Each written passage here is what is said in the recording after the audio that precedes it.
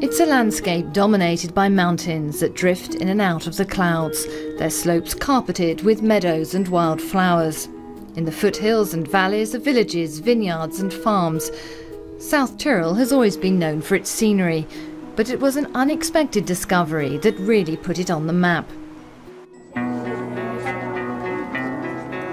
Embedded in ice, frozen intact for more than 5,000 years, it was a mummy that started drawing the crowds.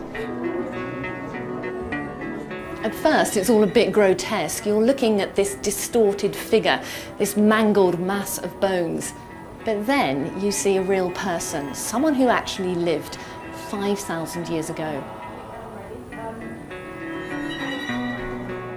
And this is what it's thought the man looked like. He's become known as Ötzi, after the Uppsala Alps where he was found. Ötzi is a wet mummy. He's the oldest wet mummy in the world. A wet mummy is basically a mummy with fluid still inside his cells, in his body. That makes him special because you can do experiments on Ötzi that wouldn't be possible on a dried out mummy. So like Egyptian mummies are dried out. Ötzi was discovered along with his shoes, bow and arrows, axe and fur cap, all immaculately preserved. Suddenly archaeologists and scientists had an insight into an age they thought had been lost forever, a time 3,000 years before Christ. It's important to archaeology because they actually had to put the date back of the beginning of the Copper Age because they found Ötzi with a copper axe. It's important to medicine because by isolating his DNA you can have a look at it and see predisposition to certain illnesses which clearly didn't have anything to do with our modern lifestyle. After viewing Ötzi in death, many visitors head to Valsenales to learn how he lived. Beneath the ridge where his body was found, an interactive museum offers a taste of life in a typical Stone Age village. Fashioning bows and arrows, albeit tiny ones and with penknives rather than flint, proves a popular pastime. There's also the chance to try out the kind of weapons Ötzi would have used. He was fatally wounded by an arrow, but this doesn't seem to deter visitors from a spot of target practice. Today, Ötzi's descendants are almost as unique as him.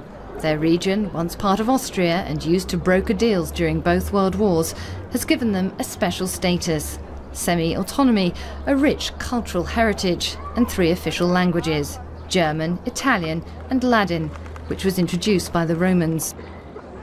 This language stayed here in the Dolomites because it is a very isolated place and we have not big contacts with the German and the Italian culture. And so this ancient language could survive here in the mountains.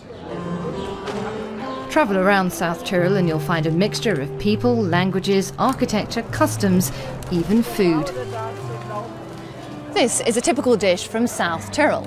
It's got spaghetti and dumplings, and it's a perfect blend of Mediterranean and Alpine cuisine.